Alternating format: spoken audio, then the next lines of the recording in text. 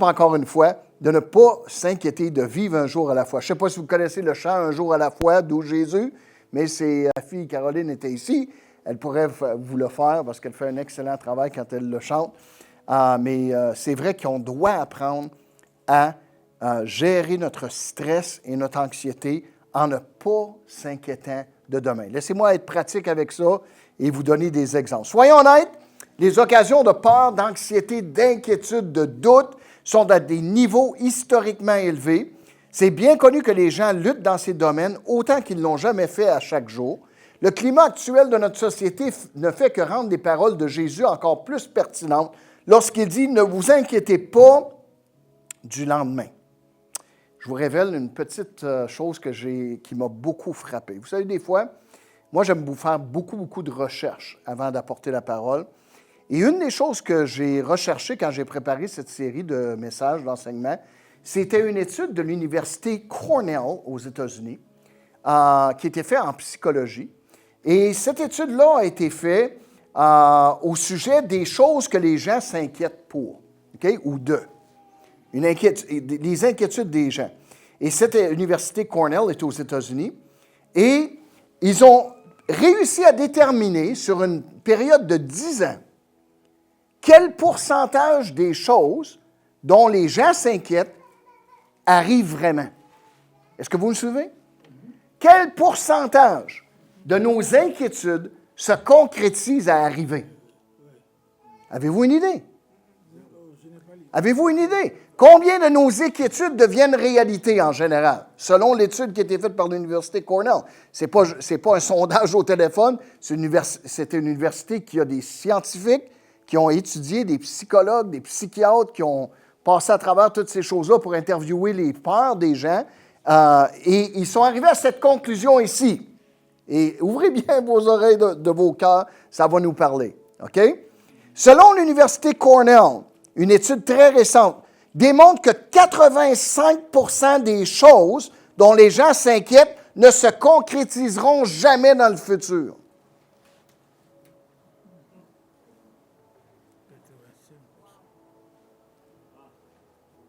85% des choses dont les gens s'inquiètent ne se concrétiseront jamais dans le futur. Et ici, on ne parle pas des gens chrétiens, non.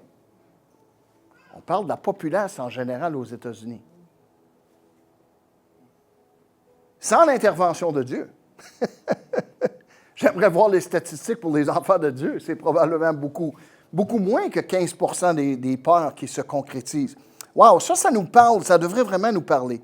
C'est-à-dire qu'on gaspille 85% de notre temps consacré à nos inquiétudes, à s'inquiéter de quelque chose qui n'arrivera même pas. On perd 85% du temps où on s'inquiète à s'inquiéter pour le rien. Pense à ça une petite seconde. Quelle perte de temps! Quelle perte de temps! La réalité est que nous devrions nous concentrer chaque jour sur le jour présent, d'être présent et de faire face de manière appropriée à chaque circonstance et chaque situation qui se présente aujourd'hui. Jésus a dit, à chaque jour suffit sa peine. Est-ce que ça veut dire qu'à chaque jour, je dois avoir de la peine et être malheureux? Ce n'est pas ce que ça veut dire du tout. Parce que quand Jésus dit « à chaque jour suffit sa peine », ce qu'il veut dire, c'est qu'à chaque jour, tu n'as pas besoin de t'inquiéter, il y a quelque chose qui va venir te déranger. C'est ce que Jésus voulait dire.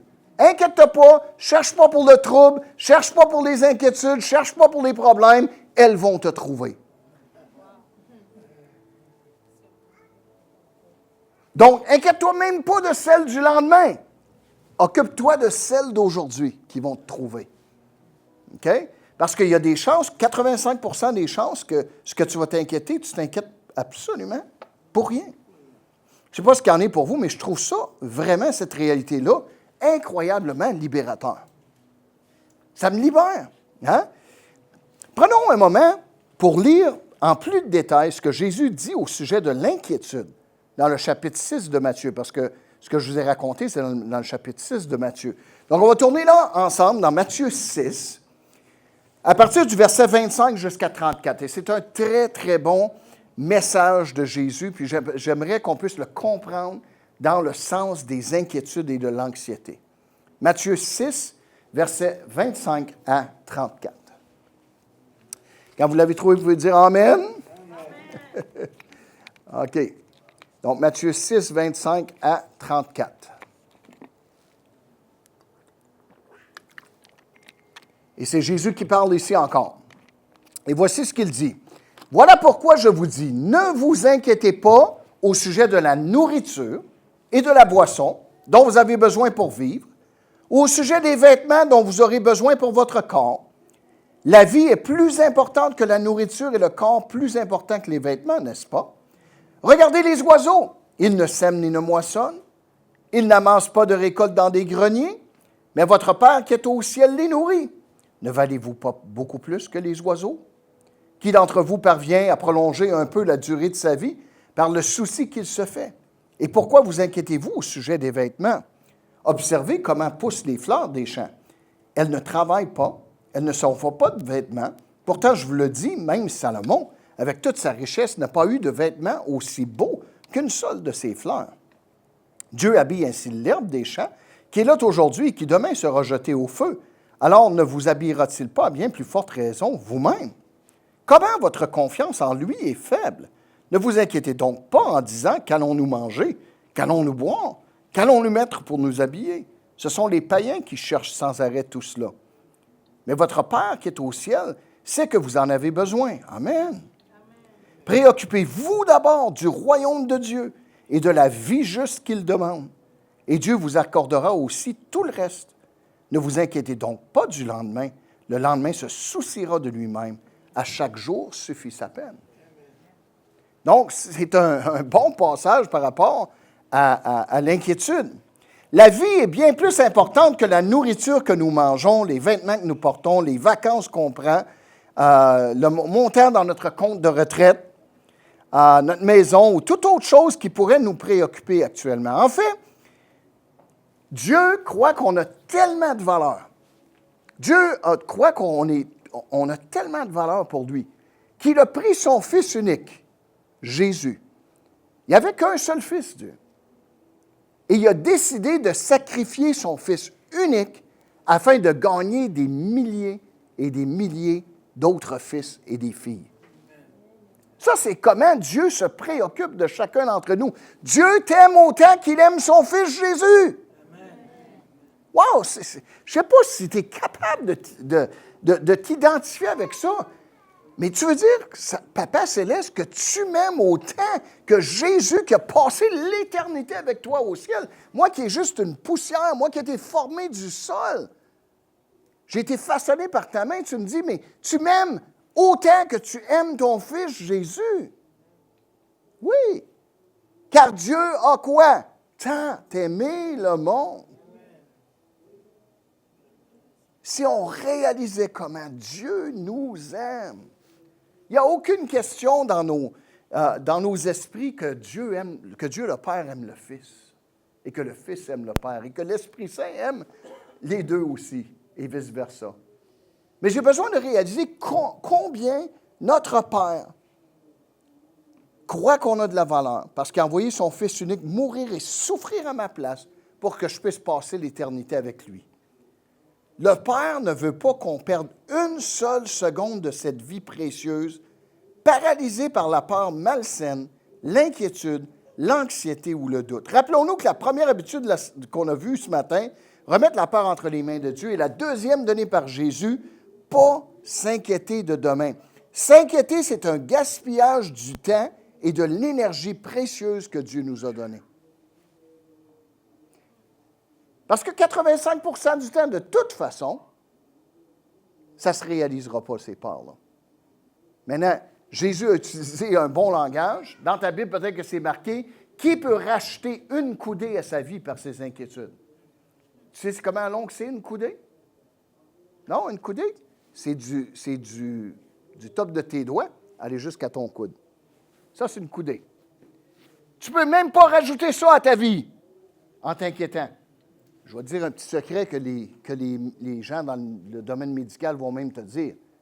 À force de t'inquiéter, tu vas enlever des coudées à ta vie. Ça, c'est scientifique. C'est prouvé. Plus tu t'inquiètes, moins longtemps tu vas vivre. Parce que l'inquiétude peut amener des cancers parfois.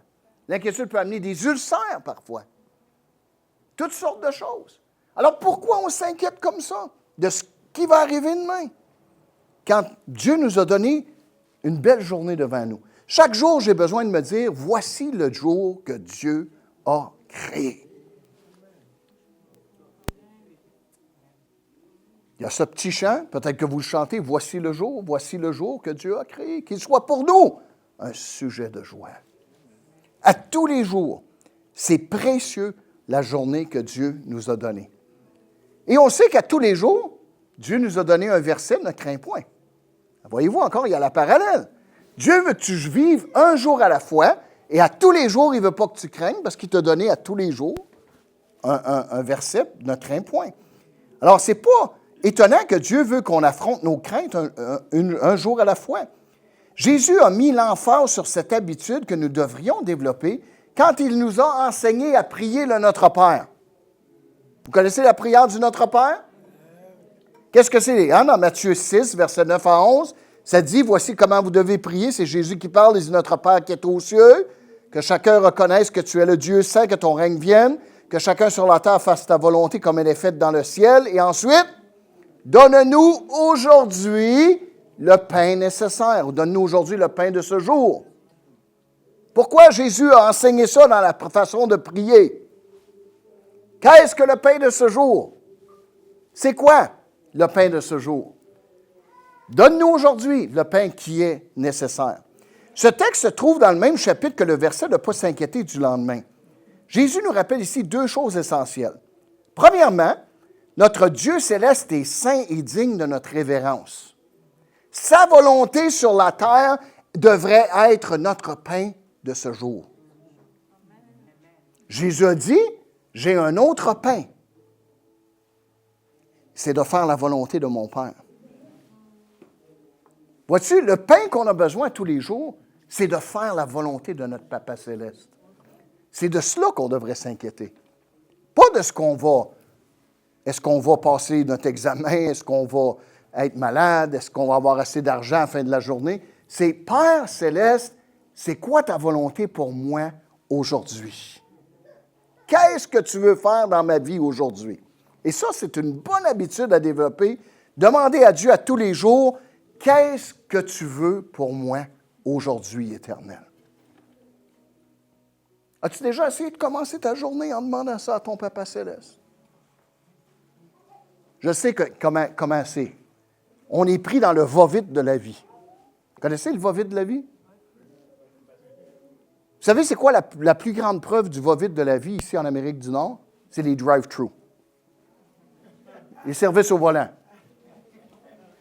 Quand tu passes chez Tim Hortons et qu'il y a 4 voitures devant toi et que tu donnes ta commande, c'est bien mieux en dedans d'1 minute et 30 secondes que tu fasses le tour, c'est mieux d'être fait, chaud, la manière que tu l'as demandé puis qu'il ne manque rien. Sinon, on vient frustré. Ça, c'est parce qu'on vit dans une société qui est pressée, qui est anxieuse. C'est subito presto. Mais pourquoi c'est pas ça, le pain de ce jour? C'est commencer notre vie en demandant à Dieu, qu'est-ce que je peux faire aujourd'hui, Seigneur? Qu'est-ce que tu as comme plan pour moi aujourd'hui, Seigneur? C'est quoi ton pain pour moi aujourd'hui? C'est sa volonté qu'on a besoin. Malheureusement, beaucoup d'entre nous consommons une portion quotidienne de peur. À la place, on s'inquiète de toutes sortes de choses. Au lieu de se nourrir de la volonté de Dieu, on se nourrit de nos inquiétudes. Vous savez, c'est quoi la malbouffe? On dit junk food en anglais. Qu'est-ce qui arrive si tu te nourris trop de junk food? Tu prends du poids un peu, comme moi, parce que je reviens de vacances. Et tu deviens malade parce que tu manges des choses qui ne sont pas bonnes pour toi. Si tu passes tes journées à t'inquiéter du lendemain, c'est comme te nourrir de malbouffe spirituelle. Tu as besoin de te nourrir de la volonté de Dieu.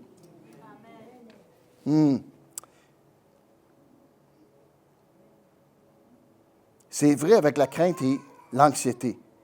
Tu sais, quand le peuple d'Israël était dans le désert, moi, Dieu m'épate toujours avec les symboles qu'il y a dans l'Ancien Testament. À un moment donné, il donnait la manne au peuple de Dieu à tous les jours dans le désert. Tu te souviens? Qu'est-ce que le peuple de Dieu sortait, allait dans le désert 6 jours par semaine. Ils allaient, c'était comme avec la rosée, ça montait, c'était mielleux, granuleux un peu, ils ramassaient. Et il y avait des stricts règlements. Tu ne pouvais pas en ramasser pour 2 jours. Sinon, qu'est-ce qui arrivait? Ça pourrissait. Ça dit les vers se mettaient dedans. J'ai une petite question pour toi. C'est marqué dans la Bible qu'il y en a qui l'ont essayé. Parce que comment il aurait su que ça marche? Il y a quelqu'un qui a dit, la nature humaine, c'est comme ça. Hein, tu dis à un enfant, fais pas ça, tu vas te faire mal, il va le faire. C'est la nature humaine. Donc, il y en a qui en ont ramassé plus qu'une portion. Oui. C'est devenu infect. Hein? Chaque jour, on devait ramasser la manne, sauf le sabbat. Le jour avant le sabbat, on en ramassait 2 portions parce que le sabbat, on n'avait pas le droit d'aller au désert, récolter la manne. Ça, c'est intéressant. C'était le pain venu du ciel que Dieu accordait à son peuple alors qu'il l'avait délivré des Égyptiens. Fast forward au Nouveau Testament. Jésus est tenté dans le désert par le diable. Jésus a eu faim, ça faisait 40 jours qu'il jeûnait. Et le diable, vous vous souvenez ce qu'il a fait à Jésus? Il a dit, si tu es vraiment le Fils de Dieu, ordonne à ces pierres qu'ils deviennent du pain. Et c'était quoi la réponse de Jésus? L'homme ne vivra pas seulement de pain, mais de toute parole qui sort de la bouche de Dieu. Savais-tu que le mot parole en grec a plusieurs mots? Il y en a 2 en particulier qui sont importants pour nous. Il y a le mot parole logos. Le logos, c'est la parole écrite de Dieu. Ça, c'est le logos de Dieu. Je tiens le logos de Dieu dans ma main. Mais ce n'est pas le mot logos que Jésus a utilisé avec le diable. Sais-tu quel mot Jésus a utilisé pour parler du pain? L'homme ne vivra pas de pain seulement, mais de toute parole. Il n'a pas dit de tout logos. Parce que l'Ancien Testament existait dans le temps de Jésus. Il a utilisé plutôt le mot rhéma. Et le mot rhéma, sais-tu ce que ça veut dire? Ça veut dire révélation fraîche. En d'autres mots, la manne venant du ciel dans le Nouveau Testament. La manne que tu as besoin pour ton cœur. Comme les Israélites avaient besoin chaque jour d'aller dans le désert récolter la manne pour pouvoir être nourris. Chacun d'entre nous, on ne peut pas se fier sur la révélation d'hier. Et on ne peut pas ramasser la révélation d'aujourd'hui pour demain. À chaque jour, Jésus a dit, l'homme vivra non seulement de pain, mais il vivra de toute révélation venue de Dieu. Alors, à chaque jour de nos vies, on a besoin de faire comme le peuple d'Israël. On n'a rien. Dieu n'a pas juste inventé ça pour le peuple d'Israël pendant qu'il était dans le désert, la manne. C'est un exemple. Jésus a dit, je suis le pain venu du ciel quand il parlait de la manne de Moïse. Alors, il est en train de dire, vous avez besoin de moi tous les jours. Vous avez besoin de maintenir une relation avec moi tous les jours. Et de cette façon-là, si tu choisis d'avoir une relation avec Dieu, de recevoir ta révélation de la parole de Dieu à tous les jours, c'est comme si tu cueilles ta manne que tu as besoin pour commencer ta journée. Et je vais te garantir quelque chose, plus constamment que tu fais ça à tous les jours, moins d'inquiétude tu vas avoir dans chaque journée. C'est simple, mais c'est la vérité. À chaque jour, on ne réinventera pas la roue. Le peuple d'Israël, à un moment donné, il dit, on est tanné de manger de la manne. On est tanné, Moïse, de manger de la manne. C'est la même affaire. Le matin, on s'en va dans le désert, 6 jours par semaine. On s'en va ramasser de la manne. On est tanné de manger de la manne. C'est que ça qu'on mange, la manne. Et vous vous souvenez ce qui est arrivé? Dieu les a entendus chialer. Il dit, vous voulez avoir de la viande? Moi, vous avez donné de la viande. Moi. Il a envoyé des cailles. Il y en avait tellement qu'ils ils se perdaient dans les cailles. Et ça dit que le peuple était malade de la caille, puis on dit, Moïse, éloigne cette viande-là de nous autres. Des fois, on a besoin que Dieu nous rappelle que ce n'est pas la caille qu'on a besoin, ce n'est pas les choses du monde qu'on a besoin. Ce n'est pas les révélations de YouTube, puis de TikTok, puis de toutes les autres affaires, ou de docteur, je ne sais pas qui, à la télévision. À chaque jour, on a besoin de notre manne fraîche du ciel. Amen. Et si on peut développer cette habitude-là, à tous les jours, de nous dire, on ne se souciera pas demain. Aujourd'hui, Seigneur, qu'est-ce que tu as pour moi? Je ne veux pas regarder passer aujourd'hui. Qu'est-ce que tu as pour moi aujourd'hui? Je vous garantis que votre niveau de stress, votre niveau d'anxiété, votre niveau de peur va baisser encore une fois. Premièrement, parce que vous l'avez placé dans les mains de Dieu. Et deuxièmement, parce que vous ne regardez pas passer cette journée-là. Très important. Si Jésus est ton pain de tous les jours, tu vas avoir beaucoup moins de problèmes de santé physique, mentale et spirituelle. Rappelle-toi aussi que Jésus nous a parlé de toutes sortes de choses par rapport à son Père. Dieu n'est pas seulement le Créateur éternellement divin de tout le cosmos, c'est notre Père céleste qui se soucie de notre bien-être. Dieu sait qu'à chaque jour, on va avoir des problèmes. Il comprend les choses qu'on va avoir peur, pour lesquelles on s'inquiète, pour lesquelles on peut s'angoisser. Je crois que c'est la raison pour laquelle il nous appelle chaque jour à ne pas craindre. Je crois aussi que c'est la raison qu'on doit demander spécifiquement notre pain quotidien. On ne devrait pas être consumé par ce qui pourrait arriver demain ou le mois prochain ou l'année prochaine, lorsque les enfants vont aller à l'université, lorsque la manufacture va fermer, lorsque... On ne devrait même pas s'inquiéter. Ça arrivera quand ça arrivera. Bien des choses qui peuvent changer. Regardons le jour présent. Toujours le jour présent. Ça me fait penser un petit peu à l'histoire des espions dans Nombre 13 et 14. Vous vous souvenez de l'histoire des espions? Dieu avait envoyé des espions dans la terre promise.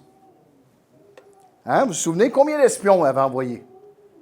Combien d'espions avaient été explorer la terre promise? Vous vous souvenez? Là, il n'y a pas de cafetière gratuite pour ça, là. Je m'excuse. 12. Un par tribu. Il les avait envoyés dire, allez explorer le terrain pour voir qu'est-ce qu'il y a là au bord. Et vous vous souvenez, les 12 sont allés? Et qu'est-ce qu'ils ont ramené avec eux? Vous souvenez-vous de ce qu'ils ont ramené? Ils sont allés visiter un endroit qui s'appelait la vallée d'École.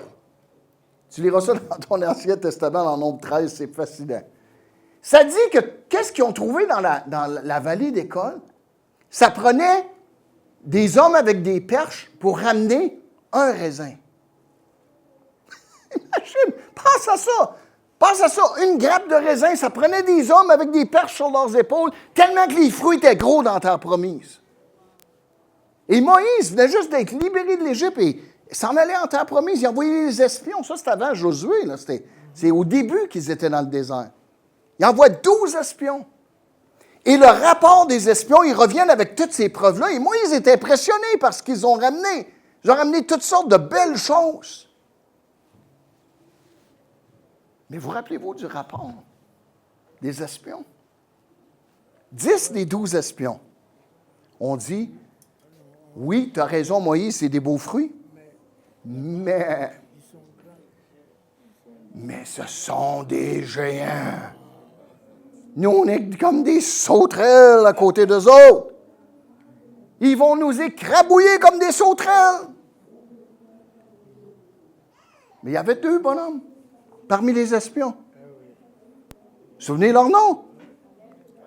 Caleb et Josué.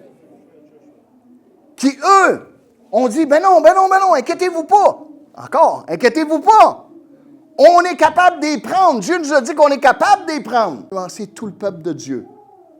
sais comment ça prenait de temps de rentrer dans la terre promise, d'où ils étaient? À ce moment-là que ça se passe à côté de la vallée d'École, ça prenait simplement 1 semaine et demie à peu près pour rentrer dans la terre promise. Il était à 1 semaine et demie d'entrer dans la terre promise. Puis à cause du doute de ces gens-là qui s'inquiétaient du lendemain, ils ont perdu 40 ans de leur vie dans le désert. Et tous ces espions sont morts. Tous les adultes sont morts. Sauf Caleb et Josué. Parce qu'eux n'avaient pas craint. Ça veut dire quoi pour nous? Si tu t'inquiètes du lendemain, puis tu ne te fies pas simplement sur la révélation, la preuve, la vie dit que la Bible dit que la foi, c'est la preuve des choses qu'on ne peut pas voir. Eux, ils avaient la preuve. Si tu ne te bases pas sur ta foi tous les jours, tu vas faire comme les espions, tu vas perdre ton temps. Tu ne pourras pas avancer là où Dieu veut que tu ailles. Et tu vas passer ton temps à tourner en rond. Vous saviez que le peuple de Dieu a tourné en rond pendant 40 ans? Ils n'ont pas voyagé beaucoup, le peuple de Dieu. Ils ont resté dans le même désert. As-tu déjà remarqué qu'il y a beaucoup d'enfants de Dieu qui restent toujours à la même place? Qui tournent en rond? Ils sont tout le temps dans le désert? Souvent, c'est à cause des craintes, des anxiétés.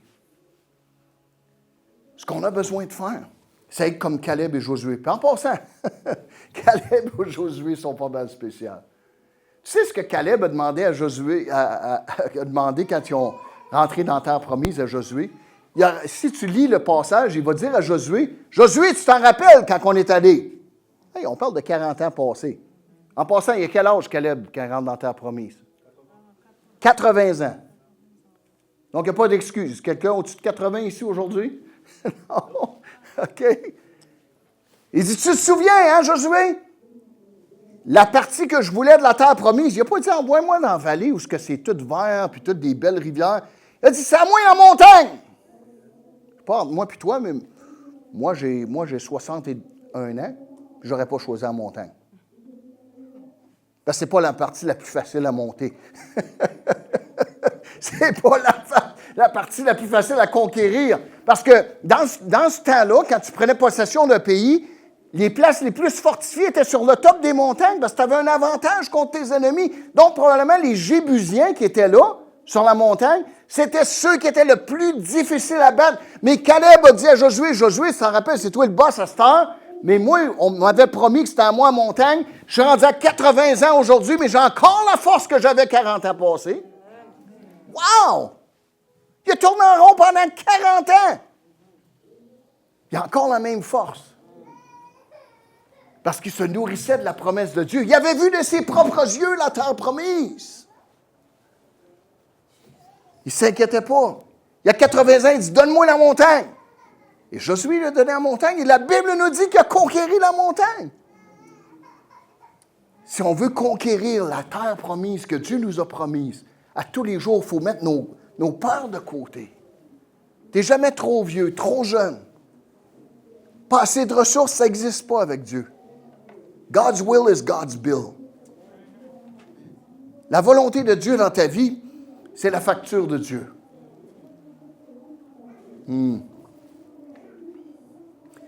Le peuple de Dieu a laissé la peur le priver de la promesse de Dieu et volé son temps précieux. C'est sûr que l'histoire que je vais raconter, c'est très intense. En fait, c'est une des histoires les plus douloureuses de l'histoire du peuple de Dieu, libéré de l'esclavage. Mais est-ce qu'il y a des peurs dans notre vie qui nous privent des promesses de Dieu? Est-ce que tu as déjà reçu des paroles de la part du Seigneur, des confirmations dans ton cœur que Dieu allait faire quelque chose avec ta famille, que Dieu allait faire quelque chose avec tes finances, que Dieu allait faire quelque chose et que tu laisses la peur, la crainte, le doute, le découragement? Est-ce que la peur te vole ton temps précieux? Est-ce que tu te sens paralysé par les problèmes potentiels que l'avenir peut ou ne peut pas t'apporter?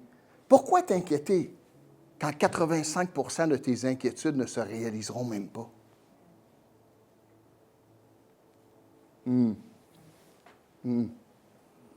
Intéressant.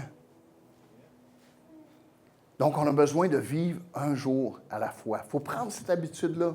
Dire au Seigneur à tous les jours, Seigneur, voici le jour que tu as créé. Aujourd'hui, que je puisse marcher dans ta volonté.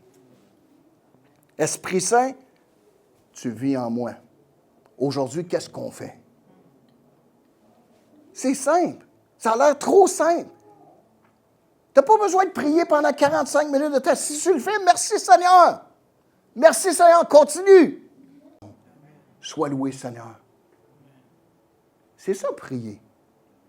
C'est de converser avec Dieu. Oui, il y a des fois où on doit intercéder, puis il y a des fois qu'on... Je ne suis pas en train de vous dire que vous n'avez pas besoin de prier et d'intercéder. Mais je suis en train de dire que c'est une habitude qu'il faut qu'on développe à tous les jours. Si pasteur Timothée dirait à sa jolie rose, à tous les matins, il ne lui parlerait pas, il y aurait un problème en quelque part. Hein? Moi, mon épouse, si elle serait ici, elle vous le dirait, j'ai appris à la connaître. Ça fait longtemps qu'on est mariés. Là. Très longtemps. On a commencé très jeune. J'attends toujours qu'elle ait eu son premier café. D'habitude, c'est moi qui lui apporte. Mais si je lui dis pas bonjour, si je lui dis pas bonjour, mon amour, comment ça va aujourd'hui? As-tu bien? Comment a été ta nuit? Est-ce que j'ai trop ronflé?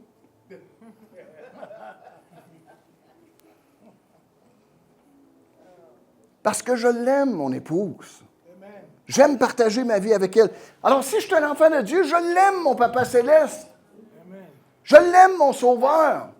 J'aime la présence du Saint-Esprit. J'ai besoin de commencer ma journée en lui parlant. C'est une habitude qu'on doit commencer. C'est comme mettre nos bas, c'est comme, OK, tu as le droit d'aller à la salle de toilette en te levant, OK? Mais après ça, une des premières choses qu'on devrait faire, c'est dire à Dieu, bonjour, papa. Bonjour. Je suis content d'être encore en vie aujourd'hui. C'est un jour merveilleux que tu as créé. Au lieu de penser à notre journée, vous dire, oh, il faut que j'aille affronter le boss encore aujourd'hui. J'ai ça à faire, puis j'ai ci à faire. Je me demande qu'est-ce qu'ils vont mettre sur mon assiette aujourd'hui. Puis... chaque jour suffit sa peine. Si le boss va être tannant avec toi, il va être tannant avec toi. Inquiète-toi pas. À la place, Seigneur, qu'est-ce qu'on fait aujourd'hui? Qu'est-ce qu'on fait aujourd'hui? Dieu est capable de même changer ton boss. Moi, je me souviendrai, parce que j'avais un travail séculier, j'avais une business en plus d'être dans le pastorat, puis à un moment donné, il y avait un gars, sa job, qui était d'une différente orientation sexuelle, puis il savait que j'étais pasteur, puis on avait... Parfois, il venait frustré avec moi, puis une des choses qu'il disait, c'est qu'il était toujours allergique au parfum.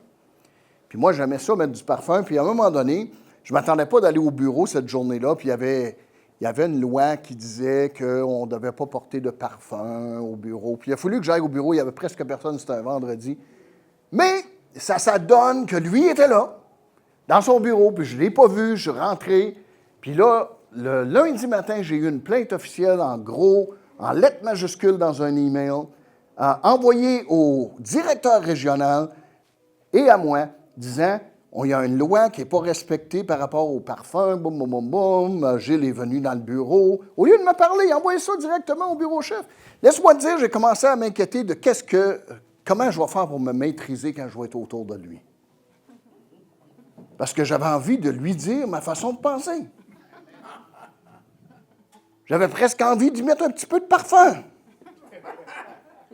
Je sais que vous n'êtes pas comme ça, vous autres, là. Je l'ai dit, des fois, je demande à Dieu, est-ce que je peux frapper puis demander pardon après? Mais ça ne marche pas de même. Et puis, finalement, je lui ai parlé. J'ai dit, je m'excuse. C'est vrai, tu as raison, j'ai brisé la loi. Et je me suis humilié, ça a resté comme ça. Puis, j'ai pas dit, non, tu n'aurais pas dû écrire. Puis non, j'étais tenté de me justifier. Mais j'ai dit, non, c'est comme le Saint-Esprit disait, non, Gilles, va pas là, ça vaut pas la peine, c'est pas une bataille de chair. Il y a des forces ici qui sont opposées. Perds pas ton temps avec ça.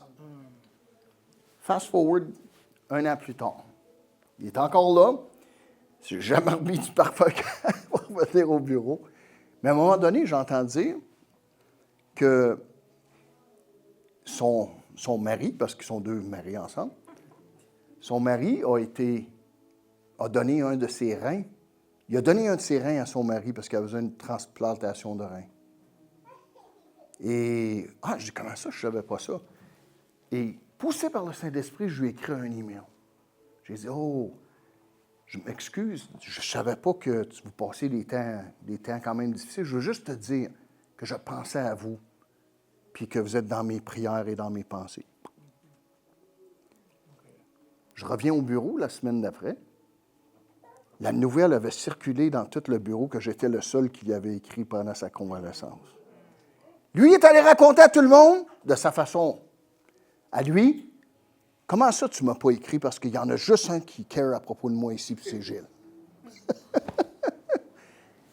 Et depuis ce temps-là, ça a viré bout pour bout avec lui. Où est-ce que je suis capable d'avoir des conversations avec lui? Je suis capable de même parler de Dieu avec lui? Mais pourquoi s'inquiéter des choses? Le Seigneur dit, il nous a dit, inquiétez-vous pas de ce que vous allez dire, je vais vous donner au moment même. Pourquoi t'inquiéter de ce que tu vas dire à ton boss? Pourquoi t'inquiéter de ce que tu vas faire dans telle situation? Non, voici le jour que Dieu a créé. Seigneur, on va dealer avec ça, mais que ça arrive. C'est important de vivre ça un jour à la fois. Amen. Ça va pour le deuxième? OK. Il reste encore un petit peu de temps. OK. Je vais partager la troisième habitude qu'on doit développer. Donc, la première, mettre dans les mains de Dieu nos craintes, en priant avec reconnaissance. Right? Puis la deuxième, vivre un jour à la fois. Offrir chaque jour au Seigneur. Offrir nos craintes à Dieu à tous les jours. Recevoir notre pain quotidien à tous les jours. La troisième, très importante, nous rappeler que nous ne sommes pas seuls. Tu savais que c'est la tactique du diable de t'isoler? As-tu déjà lu dans la parole de Dieu que ça dit que le diable est comme un lion rugissant? C'est quoi le reste du verset? Cherchant qui dévorait. Vous connaissez probablement plus à propos des lions que moi. Parce que dans le nord de l'Ontario, on n'a aucun lion. On a des ours, mais on n'a pas de lion. Il y en a en Afrique, je pense. Hein? Des lions, c'est ce que les gens de l'Afrique dans mon église me disent. Et quand ça rugit un lion, ça brasse. Ça brasse. Le diable, son objectif, comme un lion rugissant, ce qu'il va faire, c'est qu'il va rugir devant un troupeau. Pourquoi qu'un lion rugit devant un troupeau? Amen. Pour faire qu'il y en a un qui se détache dans la mauvaise direction. Et quand il se détache dans la mauvaise direction, là, tout le clan de Satan et ses ennemis, et nos ennemis, encercle la petite brebis, ou encercle l'antilope, ou peu importe ce que c'est, et va la dévorer. Mais tu as remarqué que dans cette parole-là, ça dit qu'il est comme un lion rugissant, il n'est pas un lion rugissant. Tu as déjà porté attention à comme? Il n'est pas un lion rugissant. Il fait comme. Il essaye de te faire peur. Il y en a juste un lion dans la parole de Dieu. C'est le lion de Judas, c'est Jésus-Christ. Alléluia. Et il est en toi. Le vrai lion est en toi et en moi. Mais ce n'est pas le diable, le vrai lion, c'est toi. C'est moi. C'est pour ça que la parole de Dieu dit, résistez au diable et il fuira loin de vous. Ça ne dit pas appeler Dieu pour qu'il vienne à votre rescousse. C'est pas ce que ça dit. Ça dit résister. Moi, j'aurais de la difficulté à faire face à face avec un lion en Afrique. Probablement que j'aurais besoin d'une autre paire de sous-vêtements. Parce que c'est, je ne sais pas ce que c'est, faire face à un lion, mais ça doit être dangereux.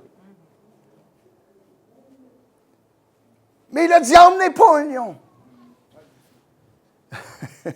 Il y a quelques années passées, je reçois un appel dans le milieu de la nuit. Quelqu'un de mon église m'appelle, dit, « Pasteur, on a des esprits mauvais dans la maison. » Et je dis à cette personne, mais sur quoi tu te bases pour dire que tu as des esprits mauvais dans ta maison? Vous êtes des chrétiens, à ce que je connais, vous êtes sur l'équipe de louanges, puis à moins qu'il y ait des choses qui se passent chez vous que je... Non, je te dis, il y a des bruits bizarres partout dans la maison. C'est comme un lion qui grogne, puis ça résonne partout dans la maison, puis on voudrait que tu viennes pour nous prier puis bénir notre maison pour chasser ces esprits mauvais. Moi, j'ai dit, écoute, là, il est 3 heures du matin. Êtes-vous capable d'attendre un peu parce que je vais dormir ma nuit, puis ensuite, je vais aller faire un tour chez vous le matin. Donc, le matin, je reçois un autre appel. Ça riait à l'autre bout du téléphone. Il dit, Pasteur, on a solutionné le problème. Mais j'ai dit, c'était quoi? C'est quoi votre histoire, là? Vous m'avez appelé dans le milieu de la nuit, vous étiez tous à l'envers et tout ça. Il dit, on s'est aperçu que notre chat s'était pris dans les conduits de chaleur de la fournaise. Et il miaulait et ça sonnait comme un lion.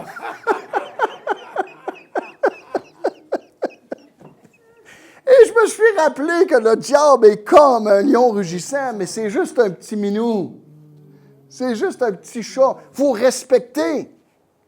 Mais celui qui est en toi est bien plus fort.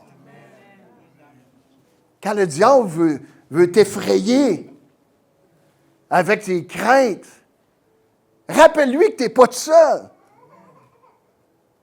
Moi, je dis tout le temps, monsieur le diable, tu peux essayer de me faire peur, mais t'as-tu vu mon frère? Tu sais, tu vois des films, des fois, où est-ce que tu as un petit bonhomme, puis il ne sait pas qu'il y a un grand gars en arrière de lui, puis là, il y a du monde qui arrive devant lui pour le battre, puis là, il se sauve, puis là, il pense qu'il est très fort. On est comme ça avec Jésus. Jésus est notre grand frère. On n'est pas seul. On n'est pas seul, les amis. Il va y avoir des moments où on va être découragé face à notre combat de tous les jours contre la peur. Mais rappelons-nous qu'on n'est pas seul. Rappelle-toi des 12 espions qu'on a parlé tantôt. Hein? 10 d'entre eux sont tombés morts, seuls Caleb et Josué ont survécu. Fast forward 40 ans. On est rendu à Josué. Moïse est mort, Josué prend le lead. OK? As-tu déjà pensé comment ça a dû être terrifiant pour Josué de prendre la relève de Moïse? Pense-y, là. OK? Moïse, il a fallu que Dieu l'enterre lui-même. As-tu déjà pensé pourquoi Dieu l'a enterré sans dire à personne où ce qu'il l'avait enterré? C'est dans ta Bible, ça. Tu as déjà pensé? Parce que probablement que le monde l'aurait déterré. Parce qu'il était tellement un symbole de la puissance de Dieu. C'est l'homme de tout le peuple juif. L'homme le plus important de toute l'histoire, c'est Moïse. La loi de Moïse, les 10 commandements, les plaies d'Égypte. Et Josué est appelé à remplacer Moïse. Imagine-toi, Josué se fait dire par Moïse, « Josué, je vais mourir. C'est toi qui vas prendre ma place. » Moïse est habitué d'entendre une couple de millions de personnes chialer après Moïse à tous les jours. Josué a vu Moïse séparer la mer. Il a vu les prodiges. Et tout d'un coup, on lui dit, c'est toi, Josué, tu vas prendre ma place, c'est toi qui vas amener le peuple dans la terre promise.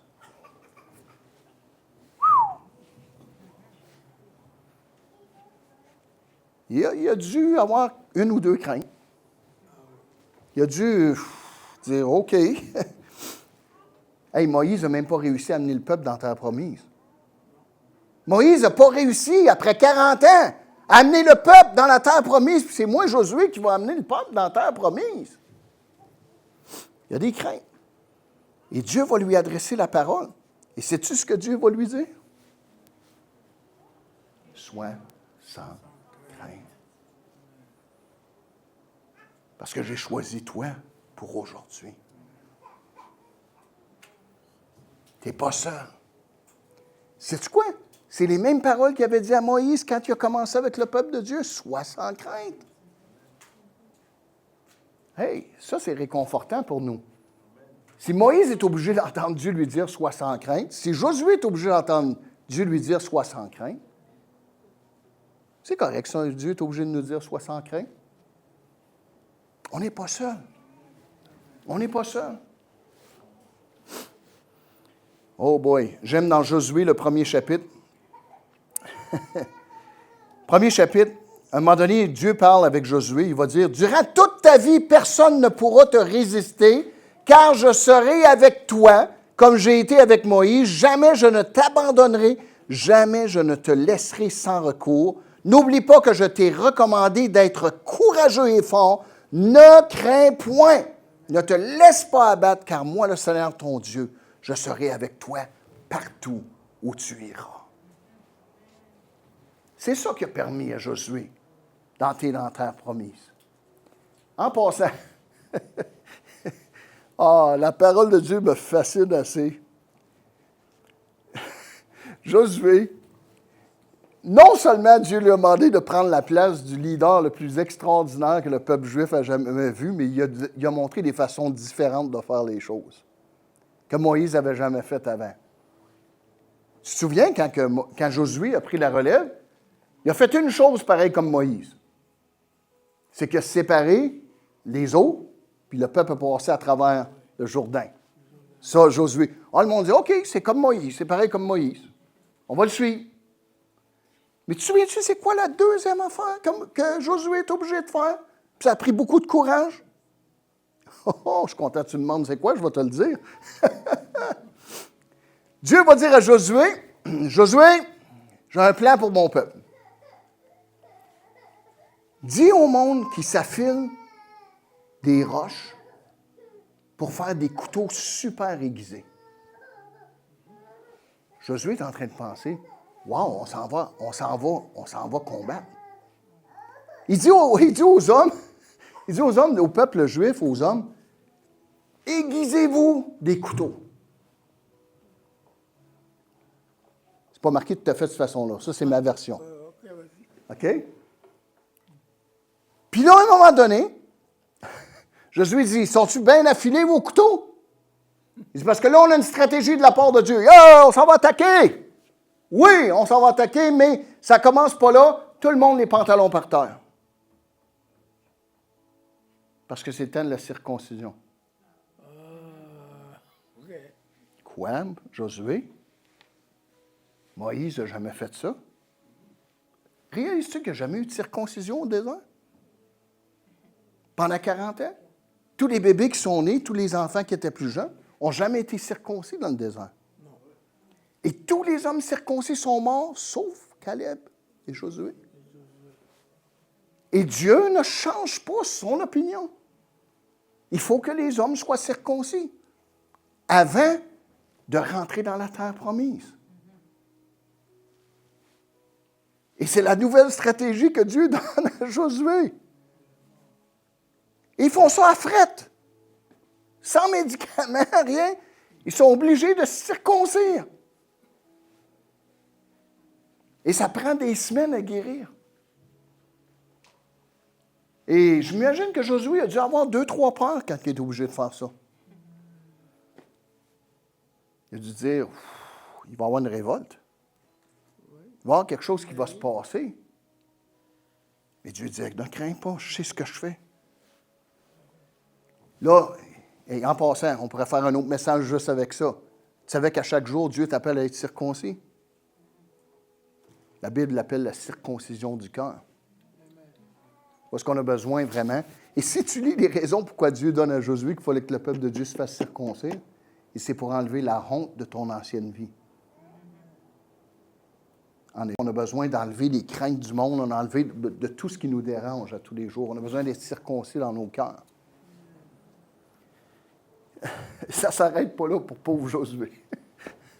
Là, les hommes ont guéri. Là, ils disent qu'on est prêts à aller attaquer. Oui, on est prêts, les gars. Mais on va faire les choses un petit peu différentes. Là, vous allez ramasser une coupe de flûte. Quoi? Vous allez ramasser une coupe de flûte. Puis on va prendre l'arche de l'Éternel, puis on va faire le tour de la ville de Jéricho. On va faire ça 7 jours de fil. Et la 7e journée, on va faire... Comment, Josué? Tu nous as fait faire des beaux couteaux. On devrait les attaquer. Non, Dieu avait donné quelque chose de différent à Josué. Puis là, ils ont fait le tour de la ville. Tu te souviens ce qui est arrivé la dernière journée? Ils ont fait le tour 7 fois. Imagine-toi, là, les 6 jours avant, imagine-toi les gens de Jéricho qui voyaient ces gars-là passer. Ils font le tour de la ville.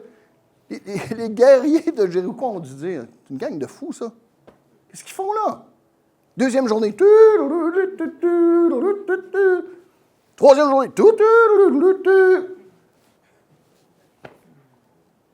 Josué a dû avoir 2-3 craintes. Mais hallelujah, le 7e jour, parce que personne ne savait comment, sauf les espions et Josué lui-même, comment épais étaient les murailles de Jéricho. Et ça prenait une force surnaturelle pour faire tomber les murailles. Mais parce que Josué a été sans crainte à chaque jour. Imagine-toi, la première journée qu'ils font le tour, deuxième journée, troisième, rendu à la 6e journée, il devait y avoir du chiolage. Il devait y avoir des gens qui disaient, mais il ne sait pas ce qu'il fait, Josué. Premièrement, c'était les pantalons en terre, là, à cette heure, on joue de la flûte. Quelle sorte de leader que c'est ça? Et pourtant, la 7e journée, les murailles de Jéricho se sont écroulées sur leurs ennemis et ils ont pris possession de la terre promise. On n'est pas seul. Dieu a un plan. Même dans nos craintes, Dieu a un plan. Dieu est en train de fabriquer quelque chose pour toi pendant que tu t'inquiètes. Pourquoi s'inquiéter trop? Mettons ça dans ses mains. Dieu a un plan pour chacun. D'entre nous, il y en avait un pour Moïse, il y en avait un pour Josué, il y en avait un pour Gédéon, il y en avait un pour l'apôtre Paul, il y en avait un pour tous les disciples, et il y en a un pour chacun d'entre nous. Pourquoi on s'inquiète? On n'est pas seul. Alléluia.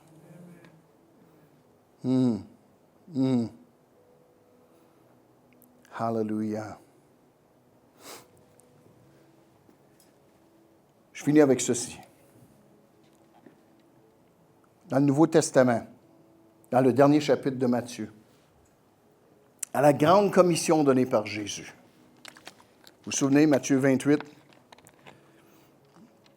À la toute fin, le tout dernier verset de l'Évangile de Matthieu, après que Jésus a donné aux disciples une dernière commission, une exhortation à aller dans le monde entier. Matthieu 28, 20.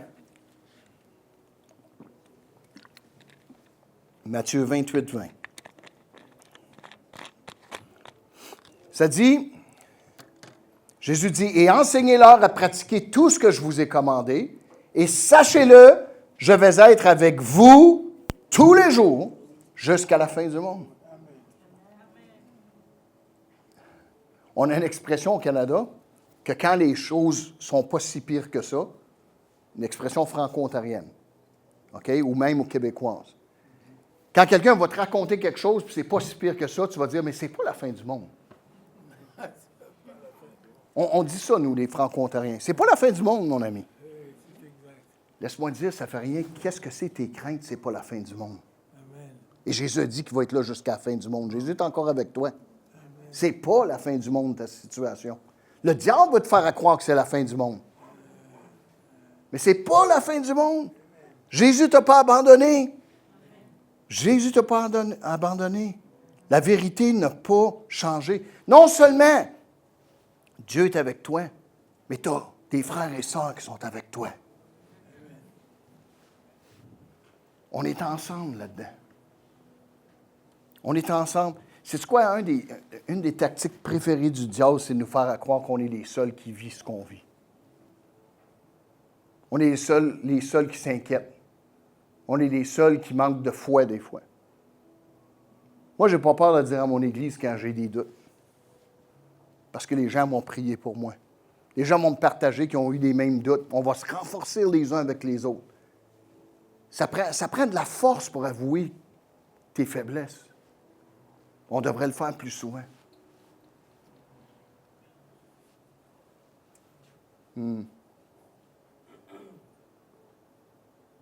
C'est un des rôles de l'Église locale. C'est qu'on puisse se supporter les uns les autres.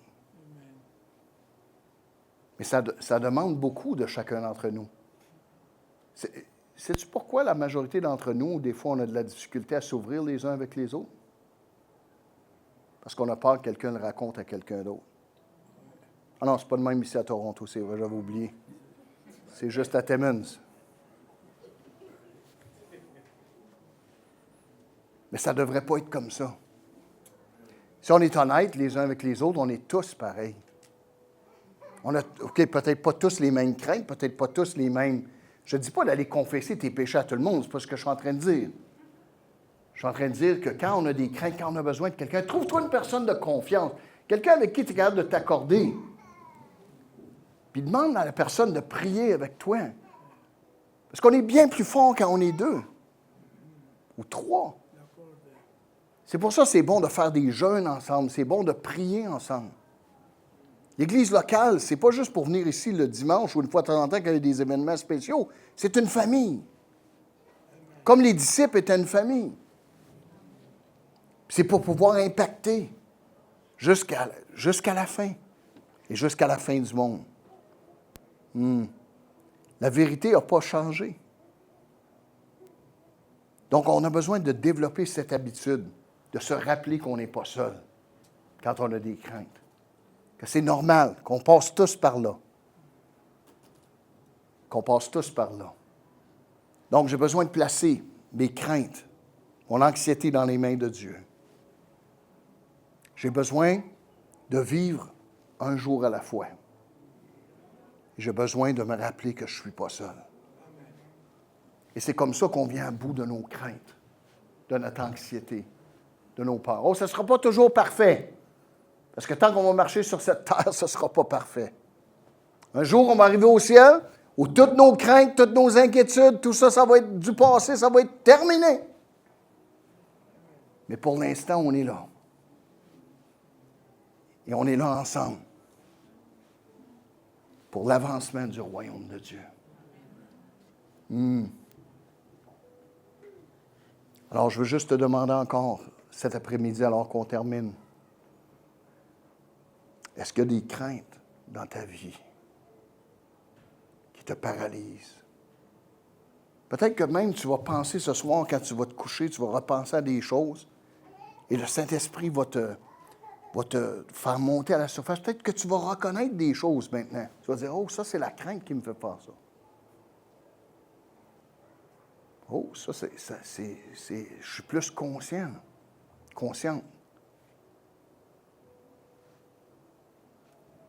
Le plan de Dieu est glorieux, les amis. Le plan de Dieu est glorieux pour son Église, est glorieux pour chacun d'entre nous. Dieu n'a pas dit son dernier mot. Dieu nous dit encore, sois sans crainte. Ne crains point. Peu importe la situation, peu importe ce que tu te trouves dedans, ne crains point.